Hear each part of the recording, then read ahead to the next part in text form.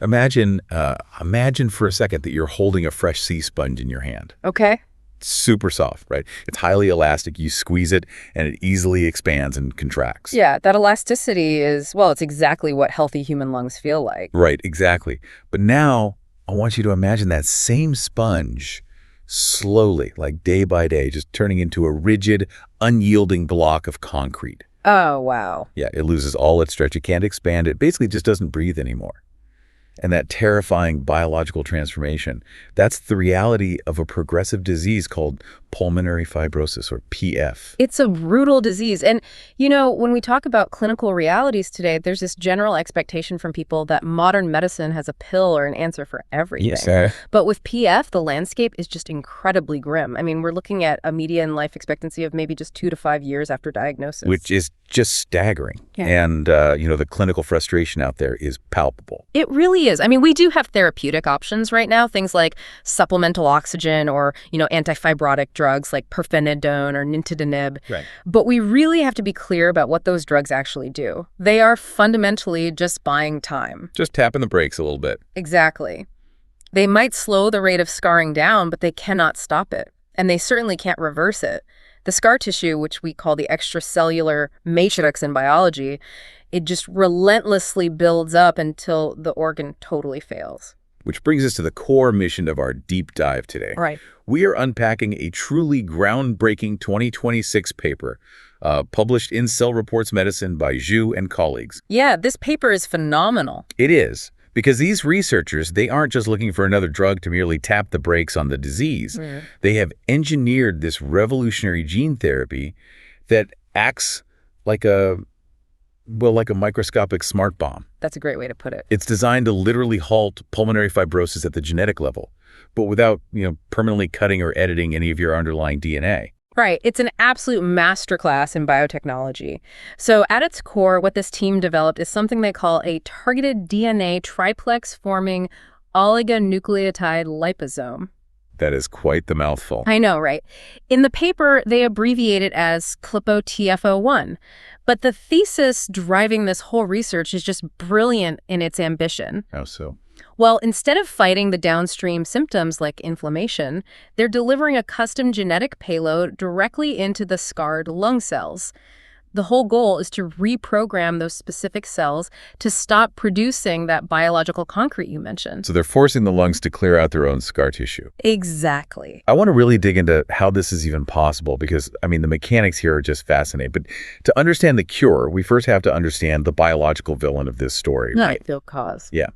What exactly is going wrong in a fibrotic lung at the molecular level that causes this endless concrete to just keep pouring? Okay, so to understand the pathology of fibrosis, you first have to look at how your body normally cleans up messes.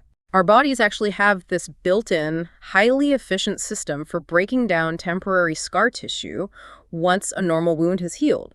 It's known as the fibrinolysis pathway. Fibrinolysis, got it. Yeah. Think of it as a biological algorithm. You have this inactive protein just sort of floating around in your blood and tissues called plasminogen. Okay. When your body senses, hey, it's time to clean up excess tissue, certain activator proteins, specifically ones called UPA and TPA, they come in and convert that inert plasminogen into its active, really aggressive form. Which is called plasmin, right? Exactly, plasmin. So I've been visualizing this. Active plasmin is basically the body's biological garbage truck fleet. Or like Pac-Man. I love the Pac-Man analogy. Right, so its whole job is to roam around, chomp through, and degrade excess extracellular matrix. Things like collagen and fibrin that make up scar tissue. And as long as the Pac-Man is eating, the tissue stays soft and clean. That's spot on. Plasmin is Pac-Man. But, biological systems always require fail-safes, so a process doesn't run out of control. Sure, you don't want Pac-Man eating healthy lung tissue. Exactly. So the main fail-safe on this cleanup system is a protein called plasminogen activator inhibitor 1, or PAI1 for short. PAI1. Right. And this regulatory protein is encoded by a specific gene in our DNA called the SERPINE1 gene. Okay, SERPINE1 makes PAI1. Yes. And what PI1 does is bind to and block those activators, UPA and TPA. So if the activators are blocked, plasminogen never ever gets converted into active plasmin. Ah, I see. So if plasmin is our Pac-Man clearing the scar tissue, PI1 is like a ghost that just locks Pac-Man in a cage before he can even start eating. Yes, perfect. So in a normal wound, you need a few ghosts so Pac-Man doesn't eat the healthy cells. Yeah. But in pulmonary fibrosis, that SERPINE1 gene just goes completely rogue, right? It goes into complete overdrive. It pumps out massive pathological amounts of this PII1 ghost protein. So the entire biological cleanup crew is paralyzed and collagen just piles up endlessly. Right. The feedback loop is totally broken. The extracellular matrix just deposits continuously because the degradation mechanism has been chemically suffocated. Okay, so let's do a quick, 5-minute recap and bullet summary of what we've covered so far. Good idea. All right, so bullet 1, lung scar because the extracellular matrix, or ECM, piles up. Bullet 2, plasmin normally acts as the Pac-Man to clear that ECM.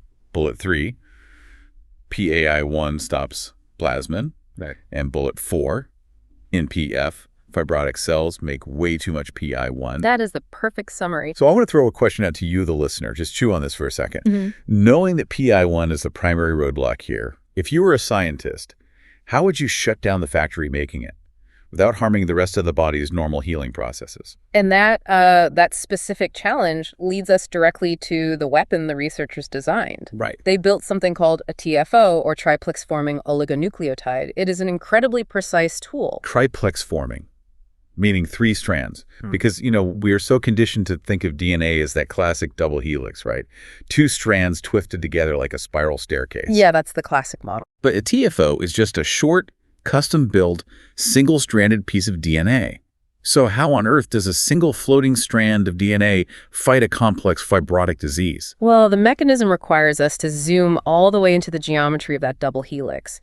To manufacture a protein like PAI1, a cell's machinery has to physically read the SERPINE1 gene. Makes sense. So the researchers custom synthesized this TFO to hunt down a very specific, highly concentrated zone of purines and pyrimidines right at the promoter region of that SERPINE1 gene. And just to clarify for everyone, the promoter region is basically the biological start button for the gene, right? Exactly. It's where the transcription machinery docks to begin reading. Now, normal DNA holds its 2 strands together using standard Watson-Crick base pairs, adenine bonds with thymine, cytosine bonds with guanine. The classic ATCG. Right. But the single-stranded TFO doesn't break those existing bonds. Instead, it uses a completely different set of thermodynamic rules called Hoogsteen pairing. Hoogsteen. That's a fun word. Yeah, and actually, here's a great memory trick for that. Think of it as Hoogsteen pairing, because this 3rd strand literally comes in and hugs the outside of the existing DNA structure. Oh, Hoogsteen. I like that. Right. So it slides into what we call the major groove of the DNA double helix, that wide physical gap in the spiral, and it binds to the bases that are already paired up. Specifically, it forms AAT and GGC antiparallel pairs. So it's not cutting the DNA apart at all. It's just wedging itself into the existing architecture. Exactly. Let's visualize this. Think of the normal double helix DNA as a zipper on your winter jacket. In order for the cell to read the gene and manufacture that villain PAI1 protein, the zipper has to physically unzip. Right. The TFO is like a microscopic, thick piece of cloth that gets jammed right into the zipper's teeth. It physically blocks the transcription machinery from moving forward. The gene can't unzip, the instructions can't be read, so the factory just shuts down. That is exactly how it works. But wait, I have to push back on this for a second. Sir, go ahead. If we are deliberately jamming up the DNA architecture and forcing a weird 3-stranded structure, isn't that technically causing a DNA mutation? Doesn't that harm or kill the cell? You've just hit on the most brilliant aspect of this entire therapy.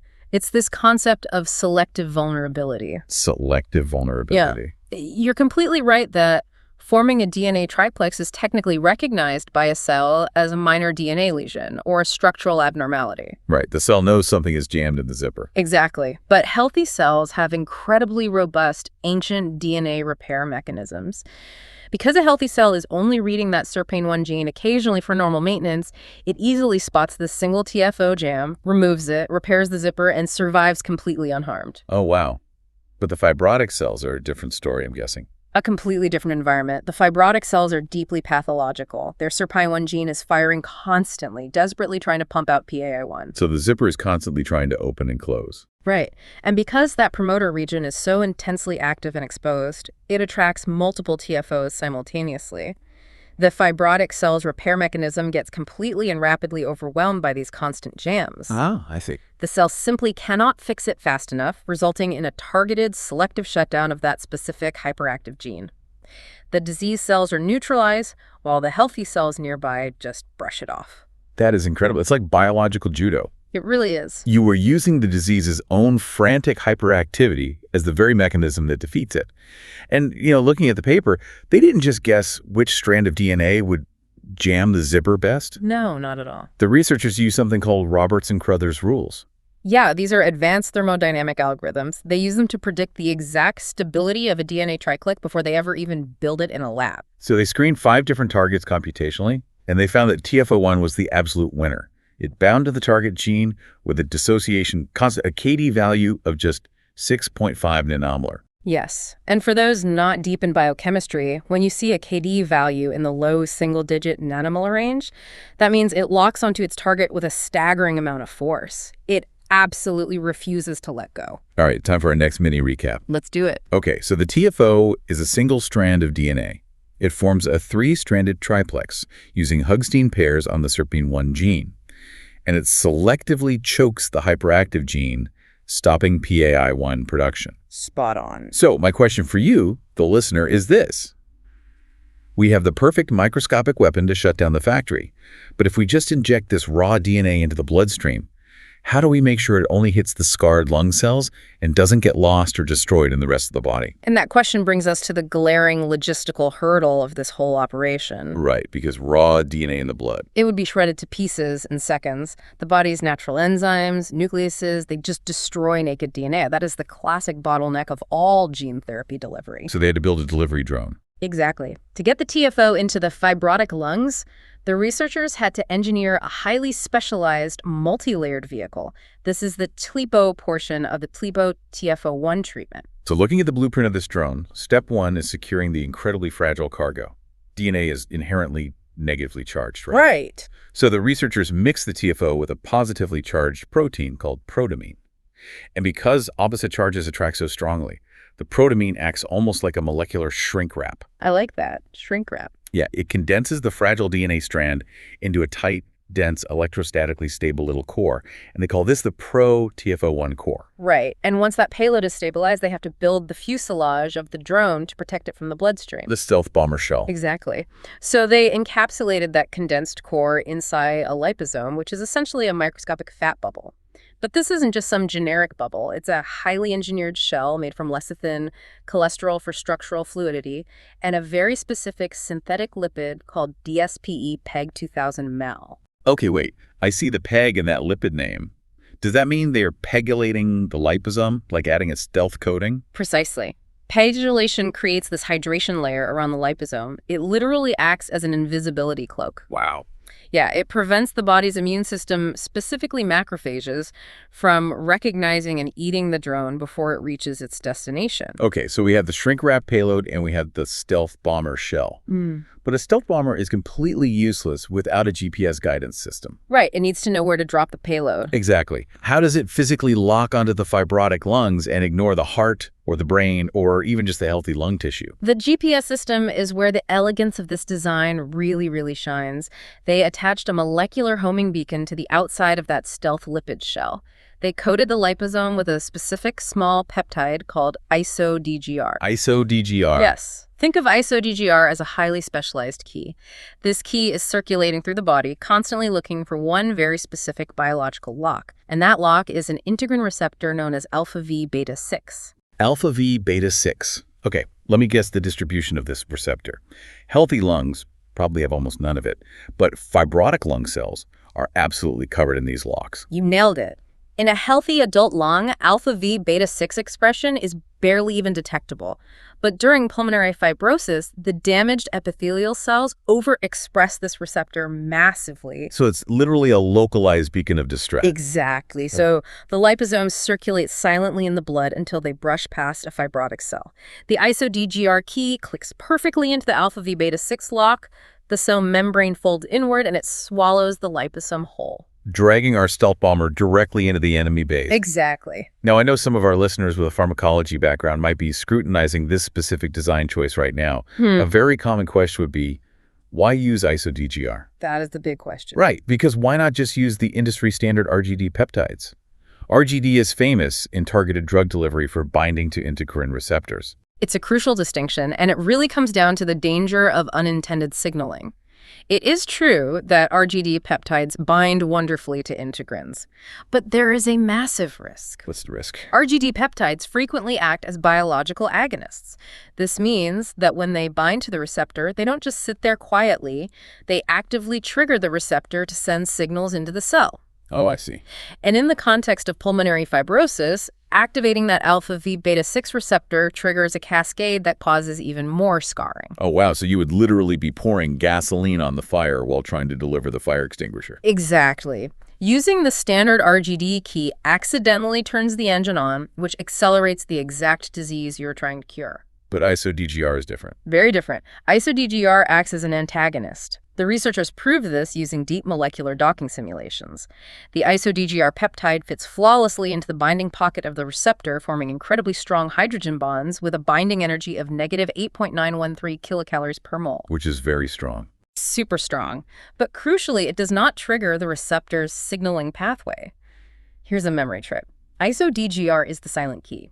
RGD rings the doorbell and wakes the guard. Oh, I love that. The silent key, it docks securely, completely silently, allowing the liposome to be absorbed without causing any biological alarm. Precisely. Okay, let's do our third recap. Which is good. All right, protamine condenses the TFO, then it's packaged in a stealth lipid bubble. The isoDGR silent key peptide on the outside acts as the GPS, and it binds specifically to alpha V beta 6 locks on scarred lung cells. Perfect. So my question for you now is this. We have the weapon and we have the delivery drone. But does it actually work in a living, breathing creature? And to prove that, the researchers had to follow a very rigorous tiered approach. They didn't just jump straight into animal models. Right. You start in a Petri dish. Exactly. First, they tested this in vitro. Yeah. And they didn't just use generic immortalized cell lines. They used LL97A cells. Yeah, those. They are primary human fibroblasts cultured directly from an actual patient suffering from idiopathic pulmonary fibrosis. Oh, wow. So real human disease tissue. And, I'm looking at the Petri dish data here, and what jumps out at me isn't just the drop in the disease markers, but the cell survival rate. They hit near 100% cell survival. Yeah, that's massive. That tells me this targeted liposome isn't inherently toxic to the cells it's entering, which is usually a massive immediate hurdle in any kind of genetic payload delivery. You're absolutely right to focus on that. Toxicity is where most gene therapies go to die in early trials. The fact that the cells survive beautifully while simultaneously showing a drastic downregulation of SERPINE1 mRNA and plummeting levels of both intracellular and secreted PII1 protein, it basically proved the weapon works flawlessly in human tissue. But a Petri dish is a flat controlled environment, right? Yeah. The real gauntlet is a clinical simulation in a chaotic living respiratory system. Absolutely. So they moved to in vivo testing. They used mouse models and administered a chemical called bleomycin. And for those unfamiliar, bleomycin aggressively induces severe localized pulmonary fibrosis in mice, right? Exactly. It very closely mimics the human pathology. Once the mice were deeply fibrotic, they injected the complete TFO, TFO1 therapy into their tail veins. So what happened? Well, the very first thing they needed to confirm in the living system was the biodistribution. Did the GPS actually work in the chaos of the bloodstream? How do you even check that? They attached fluorescent dyes to the liposomes, literally making them glow under specialized imaging and track them live inside the mice. The imaging data in the paper is wild to look at. The targeted liposomes aggregated massively and specifically inside the fibrotic lungs. It's night and day difference. Yeah, when you compare it to the control mice with healthy lungs, or compared to liposomes that lack the isoDGR homing beacon. The stealth bombers totally bypass the healthy tissue and swarm the scar tissue perfectly. Yep. But getting there is only half the battle. Did it actually reverse the concrete? To answer that, they had to examine the lung tissue architecture directly.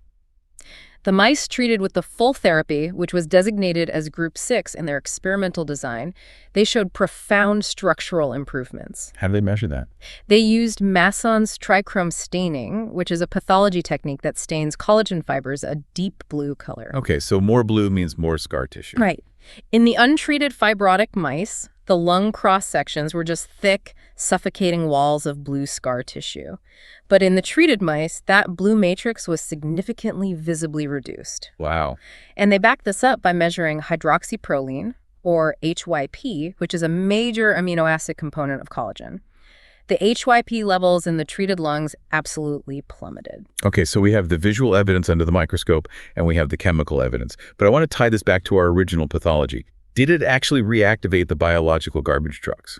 Because clearing the collagen implies the local tissue is doing the work again. This is where the data tells a beautifully complete story. The researchers performed a bronchoalveolar lavage, essentially washing fluid out of the mice's lungs to see what proteins were active in the deep airways. What did they find? When they analyzed this fluid, they saw the exact molecular cascade they had engineered. First, the levels of the ghost saboteur, PAI1, dropped significantly. Second, the levels of inactive plasminogen dropped as well. Wait, I want to clarify something for the listener that might sound counterintuitive. If our goal is to use plasminogen to make active plasmin, why is a drop in plasminogen a good thing? It's the ultimate proof of success. The inactive plasminogen levels dropped in the fluid because it wasn't just floating around inertly anymore. It was finally being actively and rapidly converted into active plasmin.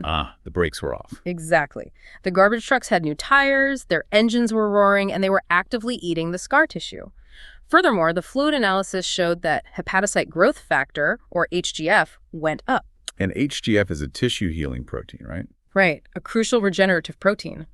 The lung wasn't just halting the spread of scar tissue, it was actively shifting its microenvironment back into a dynamic healing state. Let's do our final recap of this section. Okay. So, LL97A human cells prove the concept in a dish. Bleomycin mice prove the targeting in a living body. Collagen and HYP reduced. And fibrinolysis, that plasmin Pac-Man, was reactivated, clearing the lungs. Perfect. Think about the magnitude of what this means, guys. We aren't just administering a synthetic chemical that temporarily masks a symptom or marginally slows down a scarring process. We are delivering a transient genetic instruction manual that successfully reprograms the diseased local cellular environment to clean up its own mess. It's incredible. But as incredible as this reads, science is rarely a silver bullet. We have to maintain our rigor here. If this is so magically effective, what are the limits? Why isn't this in human pharmacies tomorrow? We absolutely have to remain grounded in the physiological realities. First, as we discussed earlier, normal PAI1 is not inherently evil. Right, we need it. It is absolutely essential for healthy blood coagulation and wound stabilization throughout your body. The safety and beauty of this specific TFO approach is that it normalizes PAI1 in hyperactive cells rather than deleting it entirely. Because if they use something else. Right. If researchers had used a different approach, like small interfering RNA or siRNA, they might risk knocking down PAI1 completely system-wide. That could induce severe, life-threatening hemorrhagic or bleeding issues. So the precise calibration of the dosage and the targeting is critical to maintain that scalpel effect. Right. It's a scalpel, not a sledgehammer. And what about the delivery drone itself? Did 100% of the liposomes actually make it to the lungs? No. And that is the second major limitation. The live fluorescent imaging did show a secondary accumulation of liposomes in the liver. Because the liver is the filter. Exactly. The liver is the body's primary filtration system, so its macrophages naturally try to clear these foreign lipid particles from the blood, even with that PEG stealth coating. So while the lung targeting was highly significant, the delivery efficiency still has room for optimization to minimize that liver clearance and push even more payload to the respiratory system. So why should you care about a mouse study for a disease you might not even have? Because what we are looking at here is a fundamental paradigm shift in the philosophy of medicine.